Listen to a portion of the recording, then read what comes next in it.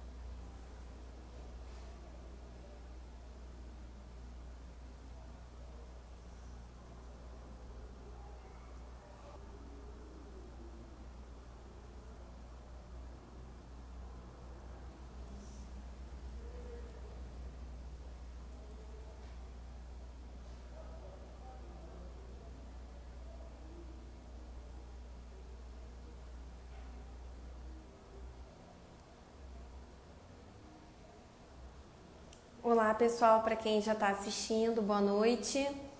Vamos esperar dar um tempinho aí para os outros colegas chegarem.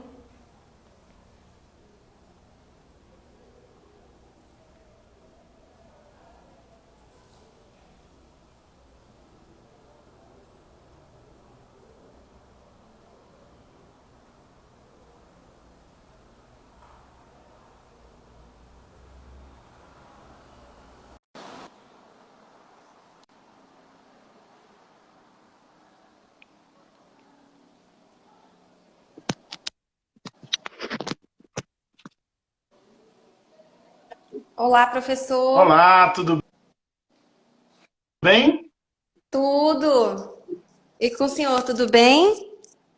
Graças a Deus, tudo bem. Que prazer participar aqui com vocês hoje, viu? Ah, nós ficamos muito felizes que o senhor aceitou o convite. É com muita honra que eu medio essa live aqui. Bom, para quem é fã do direito trabalhista, certamente conhece o professor, né? Segue aí nas redes sociais, sempre muito ativo também nas lives.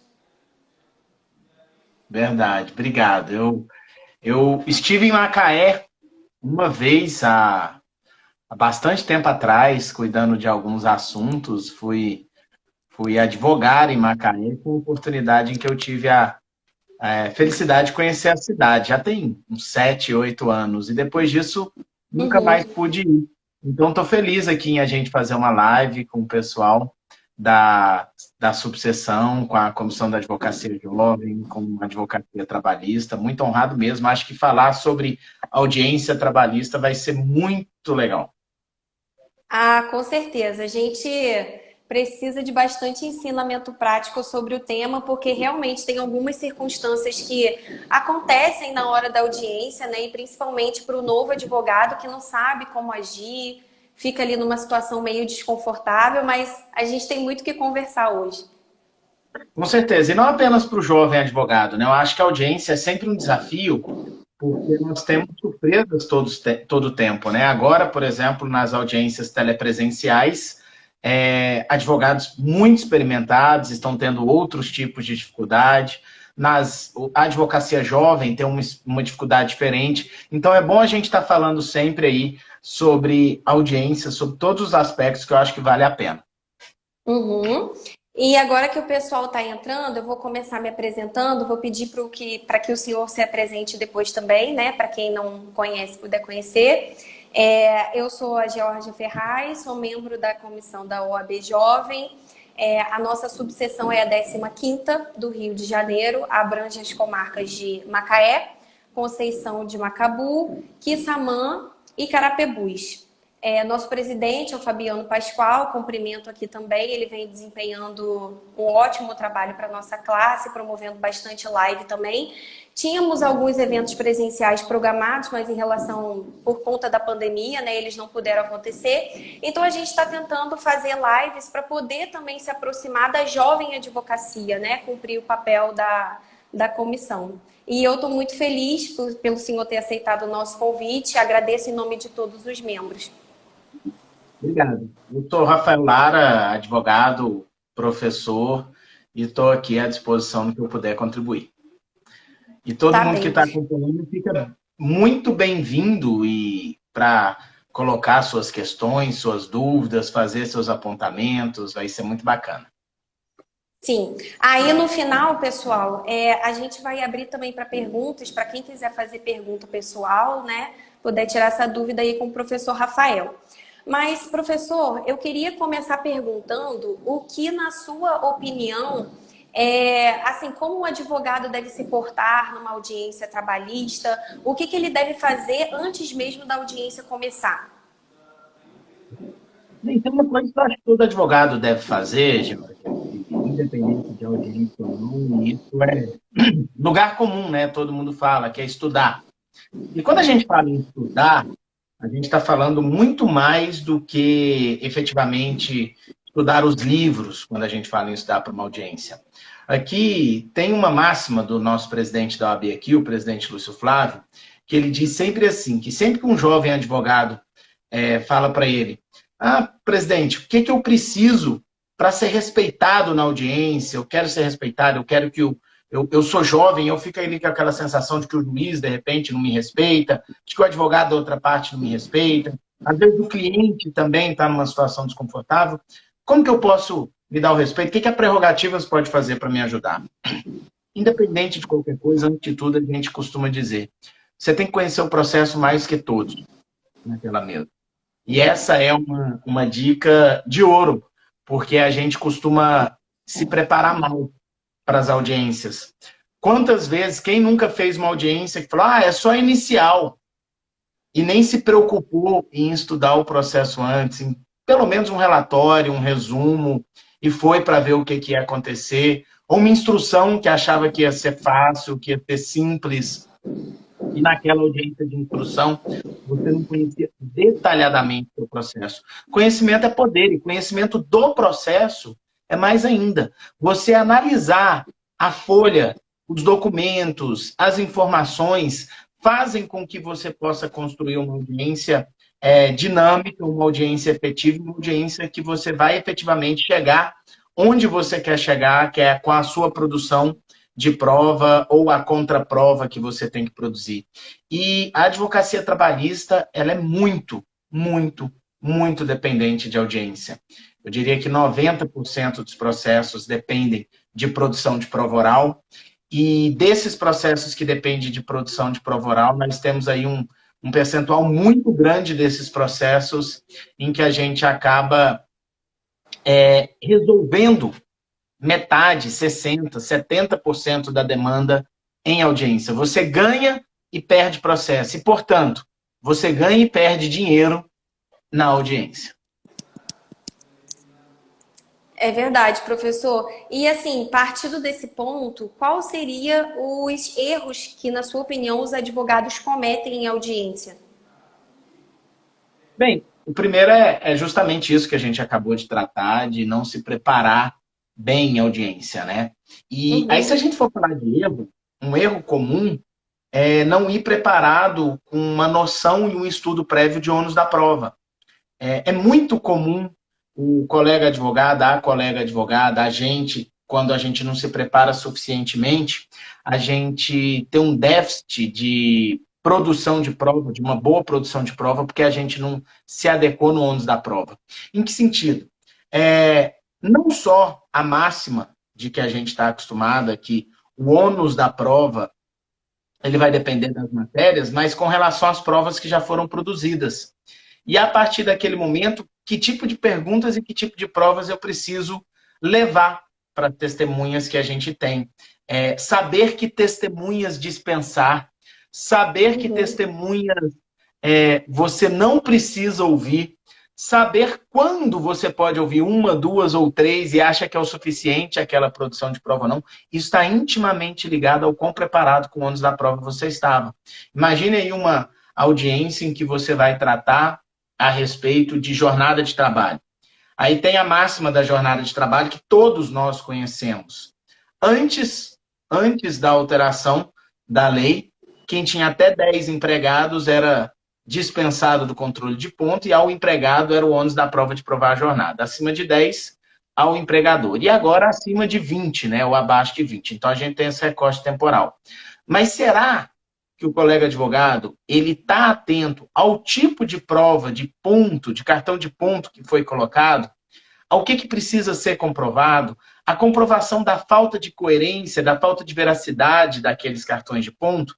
E isso é só a análise do ônus da prova que a gente vai ter. Outras questões comuns, erros que todos nós cometemos, além do grande problema aí do ônus da prova, da produção de provas, eu diria que é justamente essa reflexão a respeito da condução da audiência. Você estar muito atento aos detalhes da condução da audiência, elas podem ser significativos para você. Que detalhes de condução?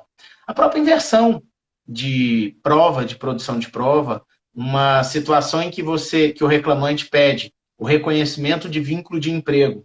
A reclamada nega o vínculo de emprego, mas confessa a prestação de serviço daquele reclamante. De quem que é o ônus da prova? Nesse caso, ela é da reclamada. E se a ação é de reconhecimento de vínculo, é uma grande vantagem para o reclamante requerer a inversão da produção da prova. Ouvir o preposto e depois o reclamante, ouvir as testemunhas da reclamada e depois o reclamante. Para quê? Para que ele possa sempre estar numa análise de produção de contraprova.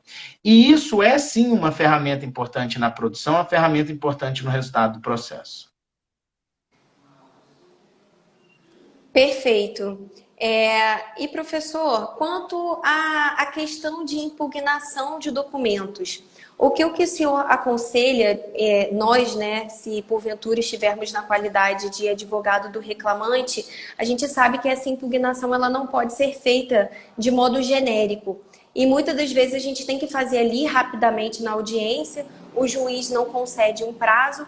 Então, assim, como fazer isso de maneira específica, sem deixar escapar aquele detalhe que pode ser importante para a gente e ter calma na hora de analisar isso no computador em mesa de audiência?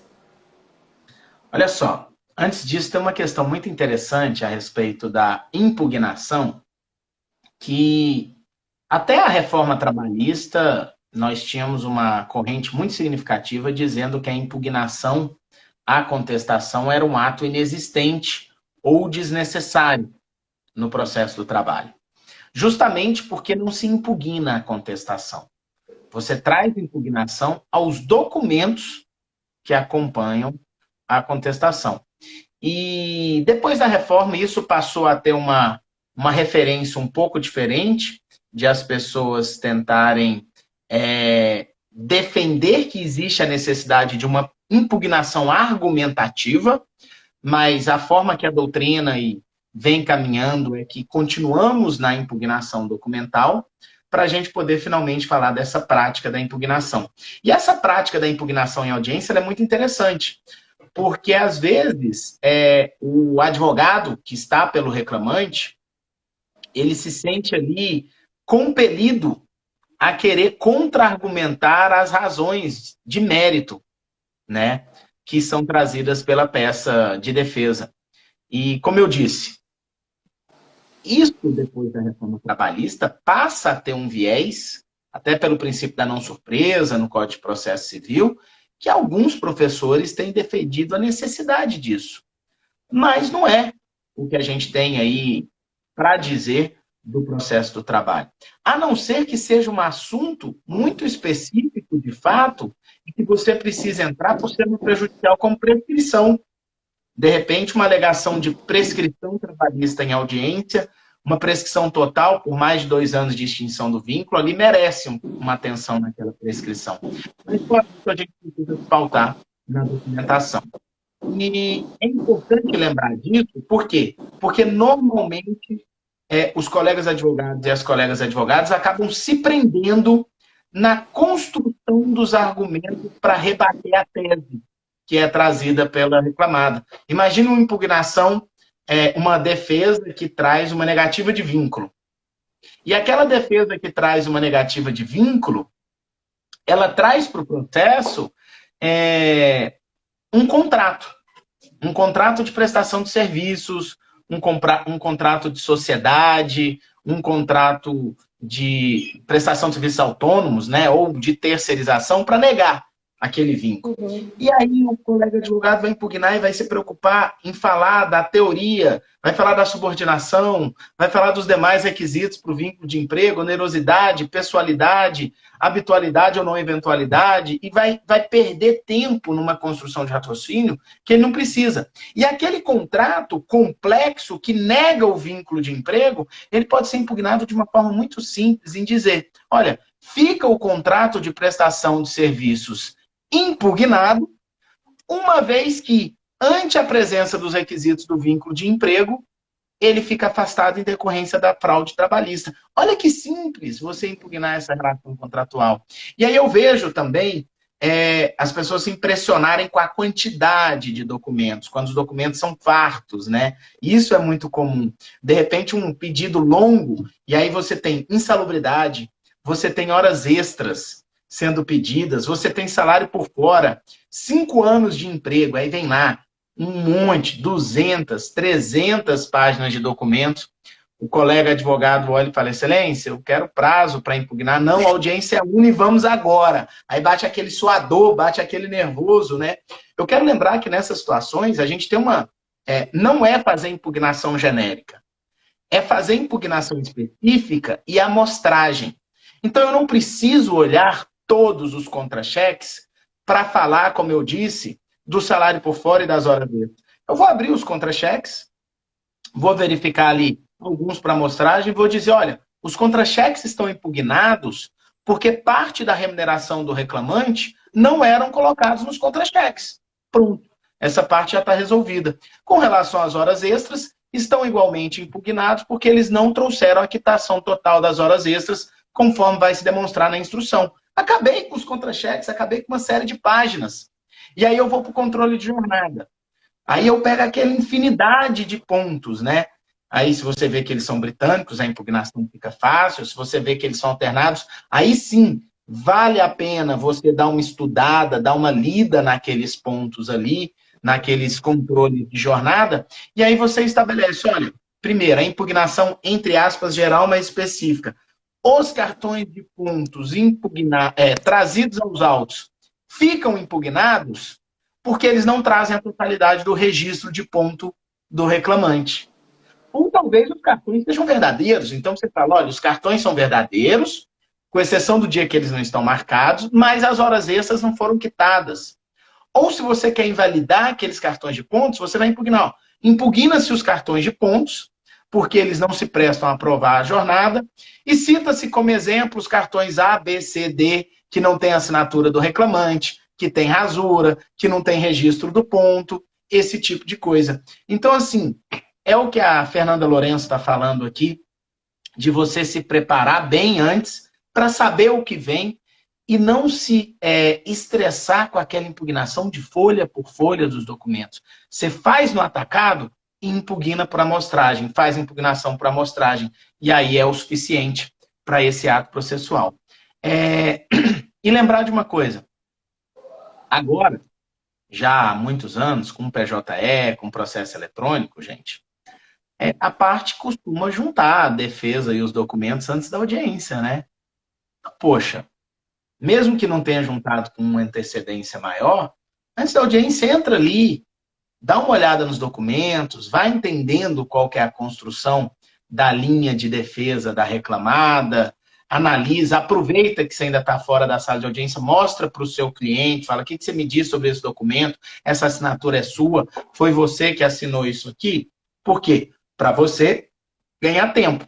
É óbvio que se tiverem incluído documentos com sigilo, esse tempo que você ia ganhar acaba deixando de ser efetivamente recebido. Mas é sempre bom dar uma olhada, porque normalmente não se usa esse sigilo. Uhum, sim. E é importante a gente se preparar estudando, tanto o caso, né, às vezes a matéria, mas também preparar o psicológico, porque a audiência trabalhista é muito difícil assim você ser tímido, às vezes você tem um receio de falar, porque você tem que criar voz, você tem que ter voz. E às vezes eu percebo que isso é um receio da jovem advocacia, né? De como eu vou falar, em que momento eu vou falar, até a insegurança que às vezes permeia. Então, tem que ir É, preparado também nesse sentido. é, eu não sei até que ponto que é da jovem Uhum. advocacia, talvez tem sempre um colega que seja menos experiente, que ele vai ficar um pouco mais tenso com essas questões, mas às vezes são características pessoais também, né? Independente do tempo de profissão, tem gente que é mais solto, tem gente que é um pouco mais tímido, e pessoas que são um pouco mais tímidas, elas têm uma trava ali para falar naquela hora que você precisa interromper, não interromper alguém falando, porque isso ainda é descortês, mas interromper um ato ali que precisa ser interrompido naquele momento. Eu costumo dizer o seguinte, gente: timidez não combina com a advocacia trabalhista. Isso é uma coisa que tem que ser deixada de lado.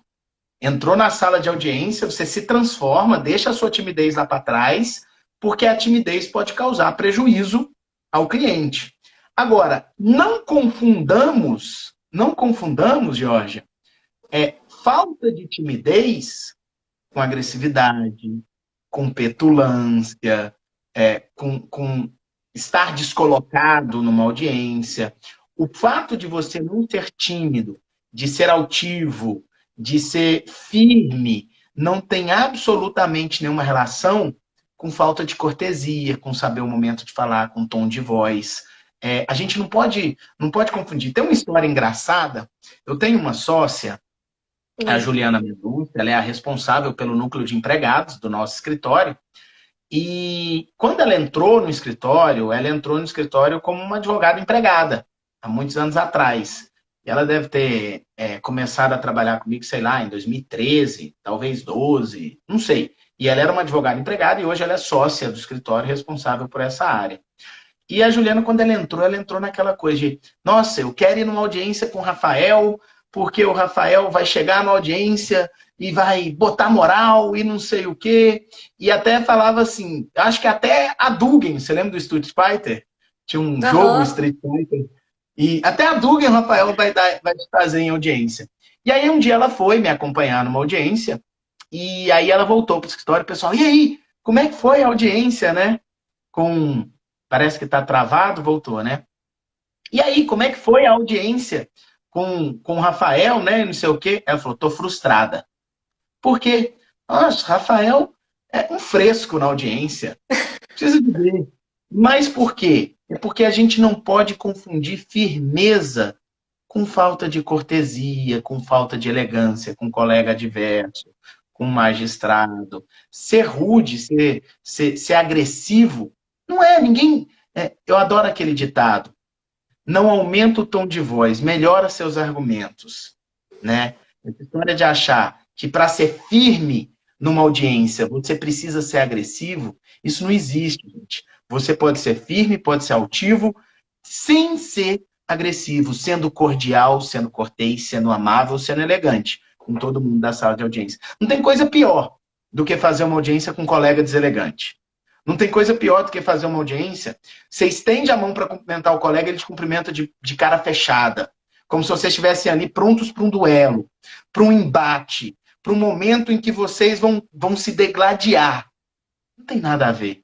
Não tem nada a ver. A gente tem que ter uma cordialidade. A gente está sempre juntos ali.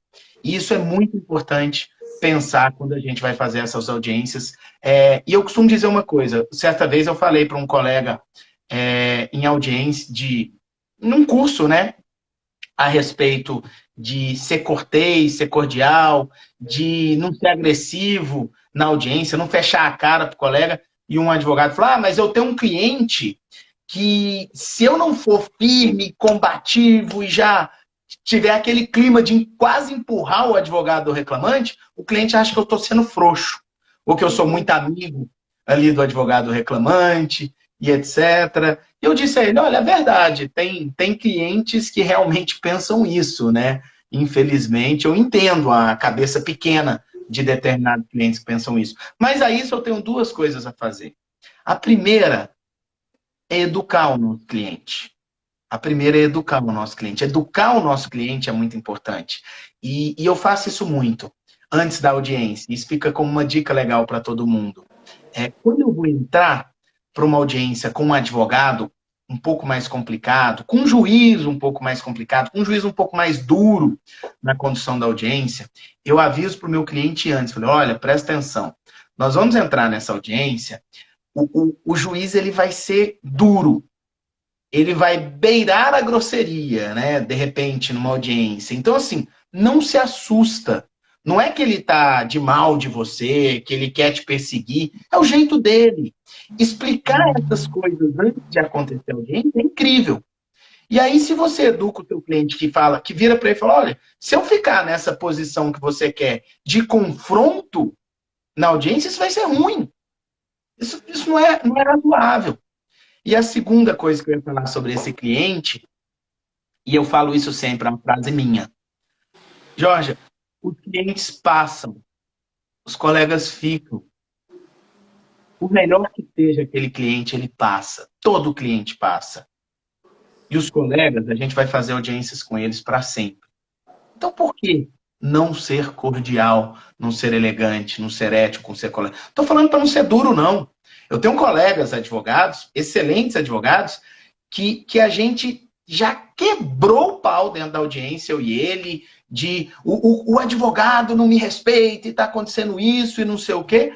Mas a hora que a gente sai da sala de audiência, a gente abraça e fala, pô, hoje você me deu trabalho, hein? Mas era diferente, era um momento de dureza, um momento de firmeza nos seus argumentos. Mas em momento nenhum a gente desrespeitou um ao outro, né? Em momento nenhum a gente desceu aquele nível, a gente trouxe aquela experiência ruim. Isso é ruim para todo mundo, isso adoece a gente. Nossa profissão já é tão difícil, a gente cuida de problemas. Aí se a gente for deixar as pessoas contagiarem a gente com essa maledicência, com esse sentimento ruim, parafraseando um determinado ministro do Supremo Tribunal Federal, se a gente se deixar contagiar, a gente vai ficar doente, gente. A gente tem que ter leveza, a gente tem que ter tranquilidade, a gente tem que ser feliz também, além de ganhar os processos para os nossos clientes, né? Rafael, perfeito posicionamento. Assim, concordo. E pelo visto, os colegas que estão nos assistindo também concordam, porque está todo mundo aqui batendo palminha, levantando o coração.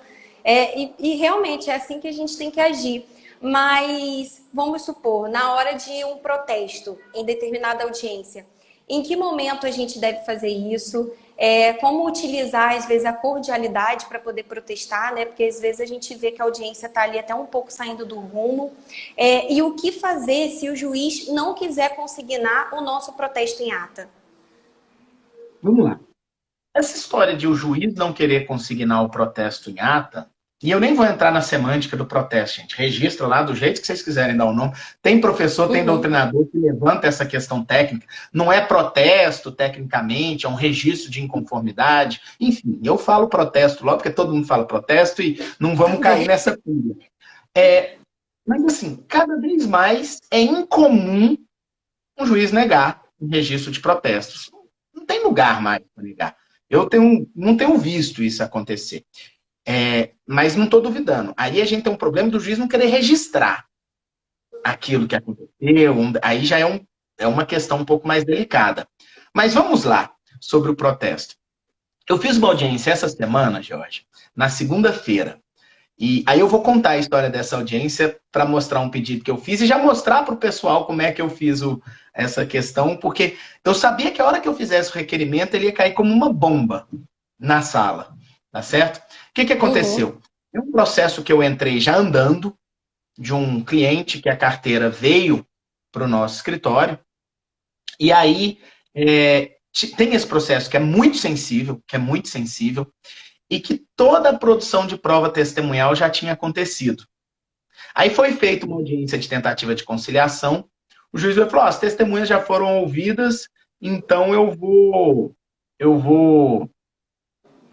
encerrar a instrução. Eu falei, não, excelência, eu quero ouvir o reclamante. Eu li as atas anteriores e não tem em nenhum momento escrita a dispensa da oitiva das partes. A juíza parou, olhou, até abriu a ata para ver aquilo, porque as testemunhas foram ouvidas por carta precatória, antes da oitiva das partes. Ela falou, realmente, podemos ouvir agora? Eu falei, não, excelência, essa audiência era de conciliação, eu não estou preparado. Porque o processo de fato tinha 2.000 páginas, eu não estava mesmo. Aí falou, não, tudo bem. Aí ela marcou uma audiência. Aí essa audiência foi segunda-feira. Uma audiência só para ouvir o reclamante. Parecia audiência de processo penal. Estou vendo minha amiga Rosângela, que é advogada criminalista, acompanhando a live aqui, grande advogada criminalista, uma das maiores aqui em Goiás. E lá eu fui ouvir a reclamante depois de tudo, depois de toda a produção de prova. No processo penal é isso que acontece, né? A parte ela é ouvida ao final. Mas, enfim, voltando aqui. Ouvi o reclamante e um depoimento, como eu disse, o processo era complexo, um depoimento que deve ter durado mais de uma hora. Perguntei detalhes, fui miudezas, né? Você entra num processo, a produção já foi toda, era a única coisa que me restava. A hora que terminou o depoimento reclamante, a juíza finalizando a ata falou, alguém tem algum requerimento? Falei, eu tenho, excelência. Aí o pessoal já me olhou com aquela cara assim, o cara me para uma hora e tanto ouvindo o reclamante e vai me fazer um requerimento. Eu percebia na cara de todo mundo que eles já estavam cansados de mim. Mas você não pode perder a elegância, né? E nem só a altivez. Falei, excelência, eu tenho. Qual que é? Eu gostaria de requerer a reabertura da instrução processual. A juíza olhou para mim assim, com aquele olhar assim, eu não estou acreditando nisso. Como assim a reabertura de instrução processual? Mas falei, justifique, excelência. São 2 motivos. Eu justifiquei, não vou aqui ficar detalhando as miudezas. Falei que o fato de ter ouvido as testemunhas antes de ouvir o reclamante trouxeram um prejuízo para mim, porque eu não sabia o que o reclamante confessaria ou não, e ali naquele momento eu precisava produzir prova e contraprova, decorrente do depoimento do reclamante. E também, em razão do depoimento do reclamante, eu gostaria que fosse reaberta a instrução para juntar novos documentos. Ela falou, documentos de quê? Aí eu justifiquei que documentos que eu precisaria em decorrência do depoimento. E aí, para ser elegante, eu fiz esse requerimento. Excelência, eu gostaria de requerer a abertura da instrução processual, quero pedir isso, por causa disso. E caso Vossa Excelência entenda que não é o caso e vai indeferir, desde já eu já peço que registre meu protesto. Então, assim, já está superado e resolvido. Para minha surpresa, a juíza indeferiu a reabertura para a produção de novas provas testemunhais. Ela tinha razão, para falar a verdade. Mas ela deferiu a produção de prova documental. Então, olha que interessante. Um pedido supostamente absurdo, mas eu precisava me salvar, entrei no processo naquela fase, e ela entendeu que havia razão, porque o reclamante tinha trazido novos elementos e novas referências, que os documentos que eu disse que queria juntar faziam sentido. E ela deferiu, e o advogado do reclamante não registrou protesto, dizendo que não era documento novo, ou alguma coisa do gênero. Então, isso vai ser feito. Então, olha, quando você vai fazer uma pergunta, um requerimento, perdão, e que você sabe que ele tem uma possibilidade de indeferimento, e por vezes nós, advogados, fazemos isso. Às vezes a gente faz requerimentos que a gente sabe que aquele juiz vai indeferir, mas eu estou me precavendo de um eventual cerceamento de defesa, de uma eventual nulidade que a gente vai no futuro arguir. Você já requer pedindo para registrar o protesto. E o segredo aqui, mais do que a falta de registro de protesto, é você conferir na ata se ele foi registrado. Porque eu já vi casos também em que se pediu, a juíza deferiu e o secretário de audiência esqueceu. E aí, quando você vai recorrer, já era. Não tem o protesto requerido aqui. Agora, no caso que a Sara trouxe, que ela presenciou uma audiência em que o juiz se negou a registrar o protesto, e quando o advogado insistiu, o magistrado se declarou suspeito para julgar os processos do escritório todo. Sara, eu tenho certeza que não é por causa do protesto que isso aconteceu. Como diz o ditado, nesse angu tem caroço. A gente usa esse ditado aqui em Goiás, não sei se vocês usam, acredito que não, aí no Rio. Mas aqui em Goiás a gente fala, nesse angu tem caroço, nesse mato tem coelho, e assim por diante, né? Então tem alguma coisa muito interessante. Agora, telepresencialmente, como tudo está sendo gravado, está muito fácil resolver. Mas, regra geral, as audiências não são gravadas. E o juiz se nega a registrar um protesto. Eu já tive uma audiência em que o juiz se negou a registrar algo na ata de audiência, né? E aí eu insisti, o juiz disse que não, eu falei, excelência. Ele falou, não vou registrar isso em ata, isso não é relevante para a audiência. Eu falei, excelência, com todo o respeito, cabe a Vossa Excelência registrar tudo o que acontece. Se é relevante ou não, Vossa Excelência vai decidir em sentença, né? Mas não deixar de registrar o que aconteceu. Há até um registro do que houve, e não um registro do que é relevante para o processo. E foi a única vez na minha vida que eu tive esse conflito, esse problema, né? E naquele momento eu disse, não vou registrar. Excelência, então eu vou me levantar, eu não continuo a audiência, e eu vou ligar para prerrogativas da OAB, vou continuar dentro da sala, e a gente só continua com essa audiência quando a prerrogativas da OAB estiver aqui dentro.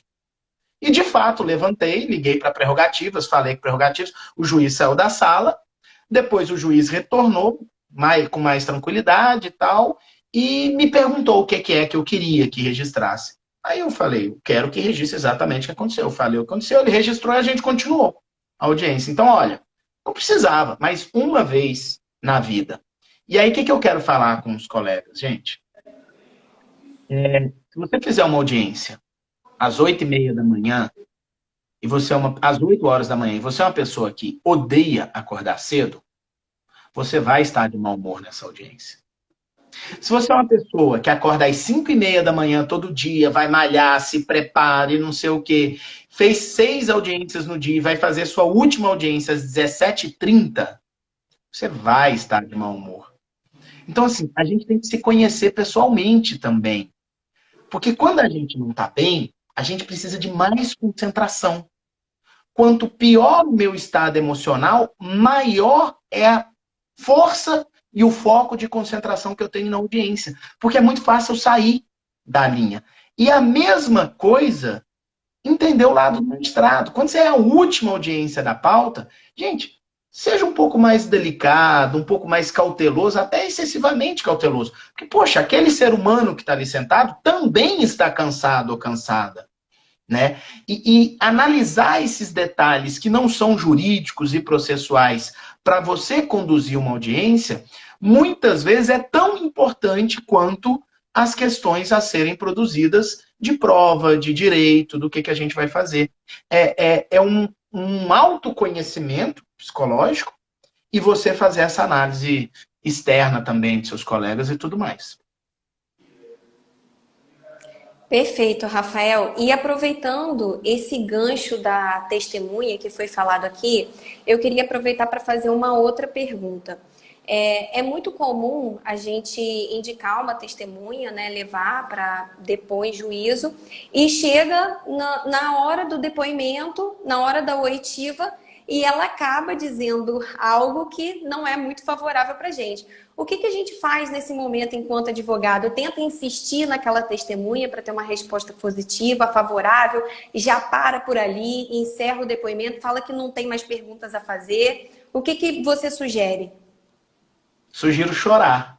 É uma boa. Você tá ali, começa a chorar, fala, pelo amor de Deus, onde que eu fui me enfiar? Né? Lógico, brincadeiras à parte. Quem nunca passou por isso, né? Todos nós já passamos por isso. E não é só a testemunha, pior ainda quando é seu cliente. Ele te conta uma história, todos nós já passamos por isso. Não tem advogado trabalhista que faça audiências e que nunca tenha passado por uma parte ou por uma testemunha falar algo totalmente diferente do que ela disse que falaria. Agora, a sua pergunta, Georgia, ela é muito difícil, porque assim, depende tanto. Depende do assunto, depende do tema, depende se tem outras provas, sabe? Não dá para responder assim, eu vou insistir nessa testemunha, eu vou desistir dessa testemunha. Não tem essa receita aí desse momento. Isso vai muito do que tipo de produção de prova e que outras perguntas que vão ser feitas. Até porque, se ela é a sua testemunha, só quero lembrar isso, colegas, se ela é a sua testemunha, você está perguntando primeiro. Ela ter falado alguma coisa ruim e você ter desistido, o outro advogado vai poder fazer quantas perguntas ele quiser. E ele vai explorar essa testemunha que foi ruim para você e ele vai se aproveitar disso. Então, assim, eu não gosto muito da ideia de a testemunha deu uma resposta ruim, você já desistir dela, não. Vai contornando, vai explicando, por exemplo, eu vou dar um exemplo. Eu gosto de dar exemplo quando a gente está falando de audiência para as pessoas entenderem.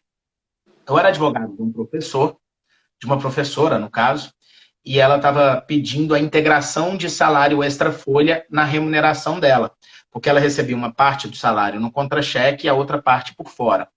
Apesar de ela receber por fora e no contra-cheque, tudo ela recebia na conta dela. A empresa pagava o salário por fora na conta. São coisas que a gente não acredita que as empresas fazem, mas elas fazem, acreditem, né? Ela vai lá e ainda transfere, transferência da conta da empresa para a conta do reclamante, o salário por fora. É muita... Enfim, vamos salvar esse momento aqui. E lá na hora de produzir a prova, eu levei uma testemunha para provar que existia essas duas remunerações. E o juiz, ele fez uma pergunta de um jeito, cara, que minha testemunha se confundiu tudo. O que o juiz perguntou para ela? Quantas vezes você recebe salário por mês? E ela falou, uma. O juiz parou e falou, a questão da prova do salário, para mim, está encerrada. Caramba! E agora? A testemunha diz que recebe uma vez por mês. E aí eu fiquei ali tentando rodar e encontrar como que eu ia chegar naquilo que o juiz não queria deixar eu reperguntar e indeferir tudo, e em tese ele tinha razão, para a gente poder chegar naquele momento. E aí eu fiquei tentando extrair dela, virei para o juiz e falei, excelência, pergunta para ela o que significa receber uma vez por mês. Não vou perguntar isso e não sei o quê. E aí, lá pelas tantas, aí eu fui lá para hora extra, né? Aí fui para outras pautas, deixei aquele assunto para trás. E lá na frente, eu peguei e falei, excelência, eu gostaria que você mostrasse o documento de folhas tais para testemunha. Aí o juiz foi lá, mostrou. Era o contra-cheque não, era o extrato bancário da reclamante. E que estava lá, crédito, salário e transferência da empresa. Aí eu falei, pergunta à reclamante se na conta corrente dela aparecem esses dois lançamentos. Ela falou, aparece. Na minha conta corrente, esses dois lançamentos. Agora pede para a testemunha perguntar o que significam esses dois. Aí eu consegui voltar naquela pergunta, que naquele momento o juiz não deixou e não estava querendo produzir, e aí isso salvou o processo. Então, assim, não é porque é uma resposta errada que você tem que abandonar. É um momento que você precisa usar a criatividade. Jorge, eu vou pedir licença para todo mundo, assim, todo mundo que entrou na live é muito querido, mas o FL Pascoal falou que está mandando um abraço aqui para mim, do doutor Vitor Amadeu, secretário da subseção. E o Vitor é um grande amigo que conheci em Goiânia há muitos anos atrás, exemplo de advogado adverso, em que a gente teve uma advocacia bem dura um contra o outro naquele momento, e que construímos aí uma relação de cordialidade, amizade, e é de Macaé.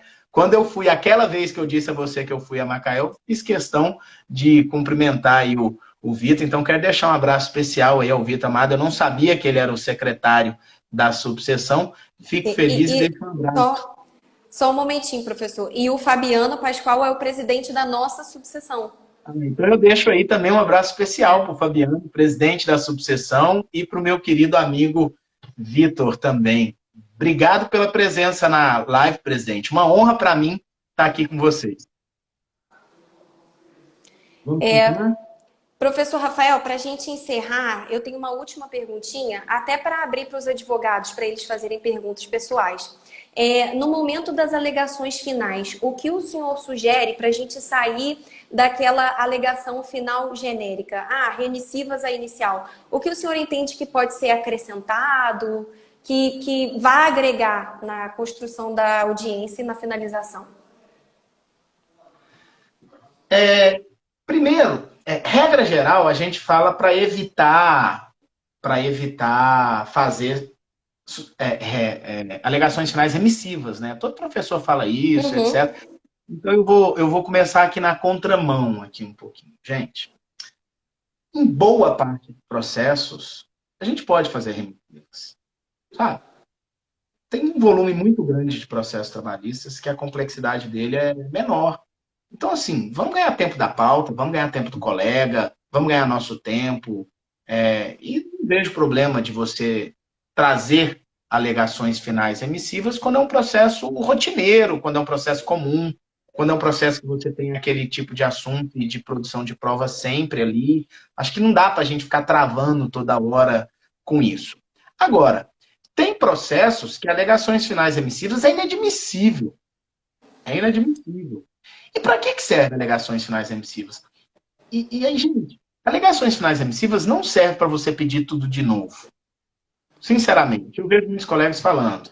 Ele vai lá na alegações finais remissivas e fala, ó, o pedido de horas extras é devido conforme restou comprovado pelos depoimentos testemunhais e os controles de jornada rasurados.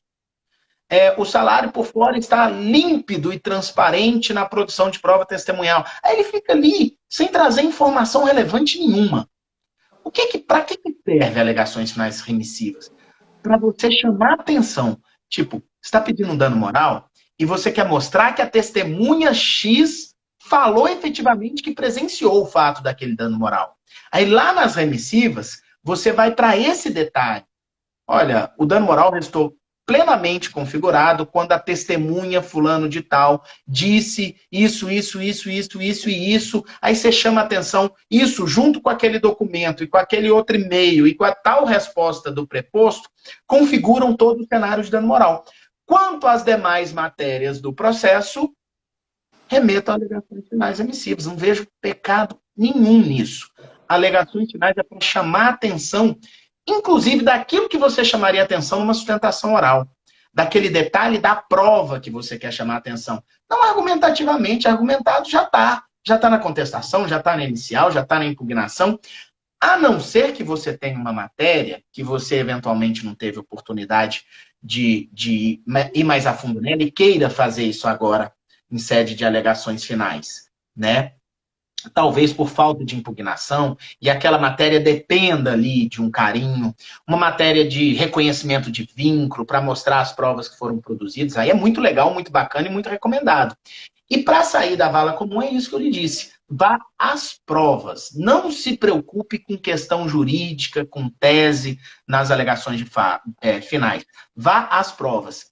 E sempre, sempre, sempre, sempre, encerre as suas alegações finais dizendo, quanto a todo o restante, as faço de forma remissivas. Para quê? Para você não correr o risco de não fazer isso e não remeter a tudo que você tem, às suas anulidades, aos seus protestos e assim por diante. Uma questão que alguns doutrinadores defendem e que é muito interessante fazer e que é muito interessante conduzir, é quando você tem nulidades que você alegou no curso do processo ou na ata de audiência, nas alegações finais você reiterar essas nulidades expressamente e não só de forma remissiva. Isso é importante. Reitera-se em alegações finais o cerceamento de defesa realizado quando o magistrado indeferiu as perguntas devidamente registradas em ata, com o protesto registrados, e aqui requer novamente a nulidade dos autos de cerceamento de defesa, porque ficou evidenciado que eu precisava daquelas perguntas em razão disso, disso, disso e disso. Isso vale a pena, você fazer em razões finais emissivas. Mas fora isso, eu acho que é lugar comum, a gente não pode ficar querendo alongar demais o ato de forma desnecessária, não. Perfeito, professor. E agora eu vou falar com os colegas e estudantes aqui que estão nos acompanhando para poder enviar as perguntas para o Rafael responder. A Sara tinha mandado uma interessante. Vamos resgatar a pergunta da Sara aqui. Como garantir a incomunicabilidade agora em audiências telepresenciais? Gente, esse tema é tão interessante, de incomunicabilidade das testemunhas, porque isso, em primeiro lugar, é um cuidado que o magistrado ou a magistrada vai ter que ter, né? E o magistrado, a magistrada vai ter que observar, verificar o comportamento da testemunha, acompanhar o olhar. Por exemplo, eu estou conversando com você, e está claro que eu estou conversando com você pela posição dos meus olhos, que eu estou desde o início. Mas pela posição do meu computador, que eu estiver fazendo uma audiência, pode ser que eu esteja conversando com você assim. O que é isso? Eu estou olhando para a tela do meu computador. Pode ser que você estivesse aqui. E aqui você percebe que meus olhos estão mais baixos. Não é? Se eu tô com os olhos mais alto, olhando para você, desde o início, e aí, de repente, durante o meu depoimento, eu começo a desviar o olhar para outro lugar, eu tô lendo alguma coisa. Tem alguma coisa errada, entende? Então, isso Uhum. já é uma dica de atenção. Quanto à incomunicabilidade, se houver uma dúvida a respeito da idoneidade daquela incomunicabilidade das testemunhas, você pode pedir para o juiz, requer ao juiz que solicite a testemunha mostrar o ambiente dela, afastar a câmera para ela ficar mais de longe, mostrando ali uma interação maior. Porque, por exemplo, eu estou aqui muito perto de você, eu posso estar com alguma coisa aqui na minha mão, vamos dar um exemplo. Olha aqui.